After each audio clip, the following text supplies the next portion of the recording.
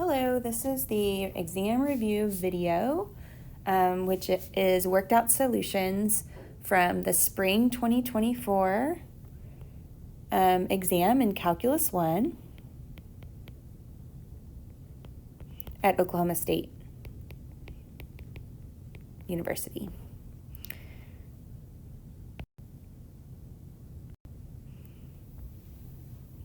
So the first multiple choice question asks, which of the following graphs is for which of the following graphs is f prime of 3 less than 0? Okay. So, all right, so f prime, okay, so at first glance they all look the same, but then you have to start looking at, one thing you might look at is the axes. So I can see that one has the y there and the x there, and this one as well. Okay, so let's think about the derivative. Okay, so at 3, okay, sorry, so this 3, that is an x value. So that's 3 here. So I'm looking at this point on my graph, and I'm looking at that slope. So that slope will be, as x increases, y is decreasing. So as we increase in x, our y is decreasing.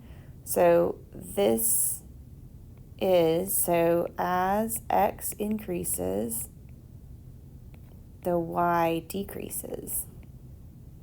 Okay, so it seems to me like answer 2 might be the correct one. Let's reason about the others though. So here at 3, x equal 3, on the x-axis I go to 3 and I put that on there. And so what I'm seeing is that as x increases, the y is increasing, because if I look at the scale, I'm going to a negative number that's close to 0, so that would be increasing. So this is as x increases, y increases. So that's actually a positive rate of change. Okay, so on this one, when x is 3,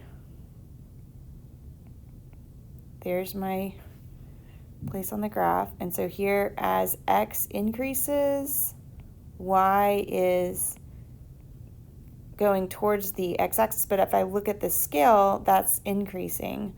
So as x increases, y increases.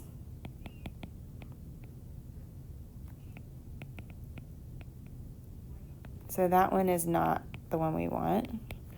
And on 3, we can see we have the normal scaling and the normal x and y, and so I can draw in that slope, and I can see that as x increases, y decreases.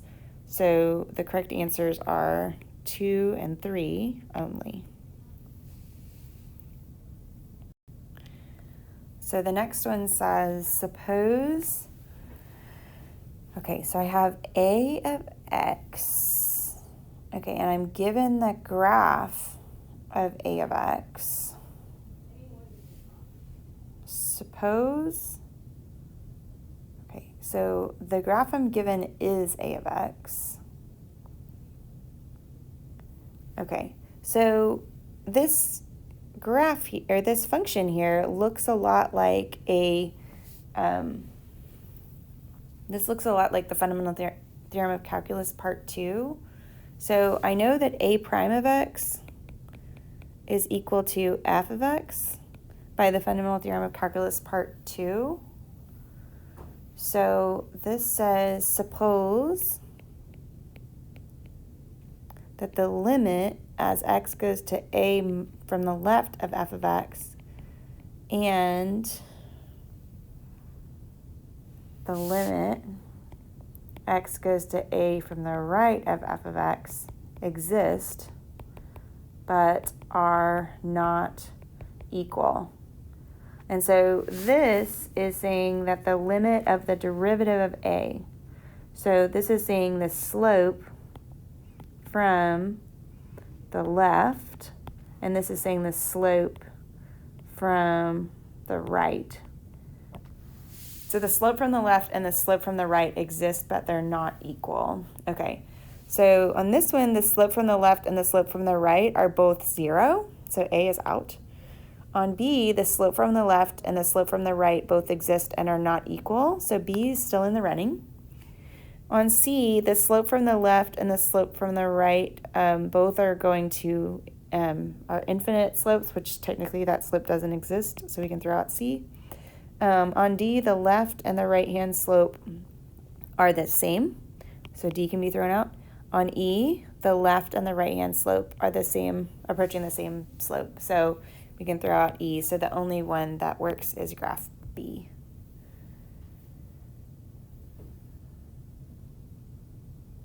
Okay.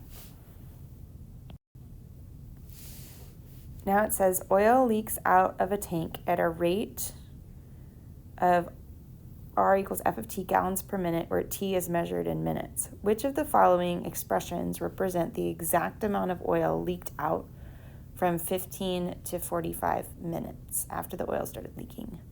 Okay, so remember, this is the rate at which it leaks.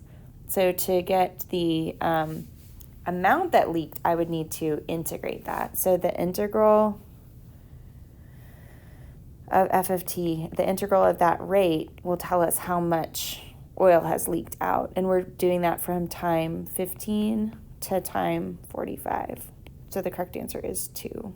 Hang on. So, or I could also, that is also equivalent to, okay, is this, so if I think about, okay, so from 15 to 45, so the x value that you plug in here will be 15 plus some amount, and you go all the way up to n. When n equals, when we plug in, hang on. There's a problem with this because I think, let's see here. So when k equals n, that gives us 15 plus 30. Oh, yeah. So when k equals n, that gives us 15 plus 30n over n. So 15 plus 30 is 45. So that's my endpoint, and this is my starting point. And then I'm dividing that distance of 30 into n equal parts. And then I'm taking the limit as the number of rectangles goes to infinity. So that one is actually the same value as the integral by the definition of that Riemann sum. So the correct answer is 2 and 4 only. So let's see. Okay, the next one. This is going to be like the fundamental theorem of part 2 intersecting with the chain rule. And so, so the derivative of that is going to be f of h of x times, now the derivative of the inside part, h prime of x. The correct answer is A.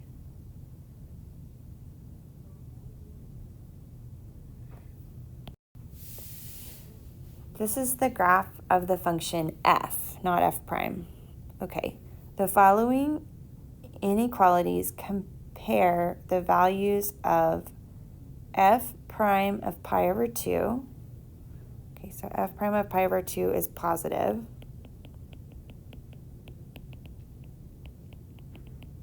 Because it's a positive slope.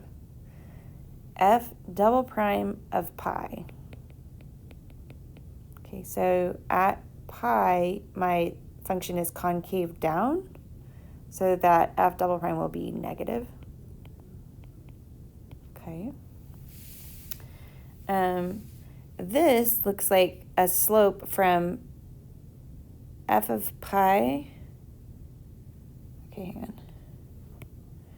F of pi would be here, minus f of pi over 2 over pi minus pi over 2. So that would be this slope here, which is a positive slope.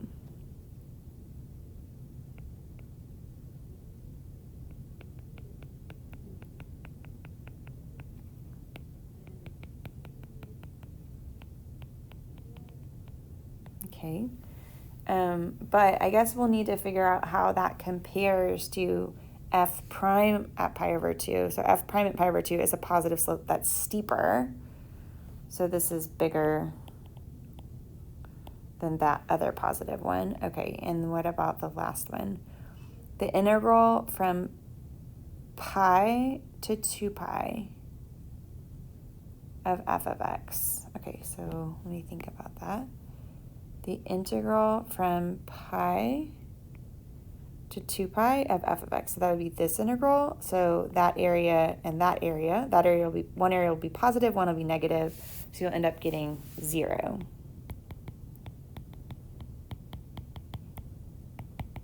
Okay. So the smallest one would be f double prime of pi. That should be smaller than the one that's 0. And that should be less than the smaller of the positive 2's, which will be the slope of that secant line. And that's less than f prime of pi over 2. Okay, so that gives me, so which one is that? Oh, whoops, I've made my signs the opposite way of these. Okay, f double prime of pi. Okay, so it's B. Okay, this is a function that is an area function from 0 to x. Okay, so what are the correct values for a of negative 2 and a double prime of 3? So a of negative 2 would be the integral from 0 to negative 2 f of t dt. Okay, so one thing you might note is that the bounds are going the wrong way. So this would be the negative of the integral from negative 2 to 0 f of t dt. Okay, and what is that? That would be negative of, so that would be this rectangle, which the base of that is 2, and the height of that is negative 4. So this is going to give us a positive 8. Okay, and then a double prime of 3. So I know that a prime of 3, so I know that a prime of x is equal to f of x by the fundamental theorem of calculus part 2. So a double prime of x will be equal to f prime of x. So f prime of 3 will be the slope of f at 3. So if I'm here at 3, the slope would be over 1 up 2. So the correct answer would be 2. So a of negative 2 is 8. And a double prime of 3 is 2. Okay, the functions f, g, and h are defined as follows. So I can see the function f, so the function f is going to have a hole at 1. So this is the graph of f of x. The graph of g of x will be similar, except it will have a well, it won't be filled in, will it? Because the hole is here, and then it has a dot here. So that's what g is like. And then h of x is just x plus 1. So it's just this. Okay. So this is h of x. Okay, so that's the difference in the 3. So f of x just has a hole there when x equals 1. H of x is just a line with the same slope and everything. And then g of x has a hole, but it has that dot filled in, but it's not, it doesn't plug the hole. Okay, so which of these are true? Okay, Okay, 3 is definitely not true because f is not even defined at 1, and g and h have different values at 1. Okay, the limit as x approaches 1 of f equals the limit as x approaches 1 of g equals the limit as x approaches 1 of h. So yes, that's true because all of those are approaching the y value of 2. So 2 is correct. The limit as x approaches 1 of g of x is g of 1. That is not true. The only one that's true is 2. Okay, for the next one, for which of the following functions would it be appropriate to apply L'Hopital's rule to evaluate the following limit? Okay, so as x approaches 1, natural log x approaches 0.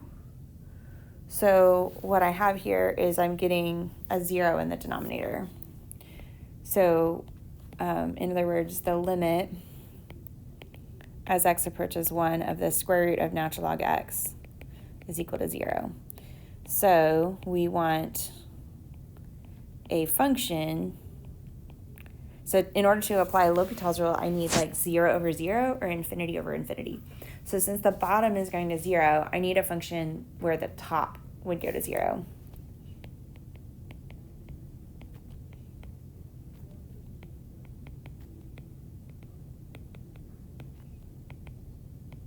Okay, so which function is that? So sine of 1 is not 0, so we can cross that out. E to the 1 is not 0. 1 squared minus 1, that goes to 0. Secant of 1 minus 1. Let's see, secant is the flip of cosine, so secant of 0 should be 1, so that's not it. Sine inverse of 1 is not going to be 0. It's pi over 2. Okay. No, wait. Sine inverse of 1? Yeah, it's pi over 2. Okay. Yes, so the correct answer is C there, because the limit as x goes to 1 of x squared minus 1 is equal to 0. So if the top were that, we could apply L'Hopital's rule. Okay. So the next one, I'm given a graph of a function, sine 2x. Okay. The numerical value of that expression is equal to the area in the shaded region above. The value of which of the following expressions is also equal to the area of the shaded region?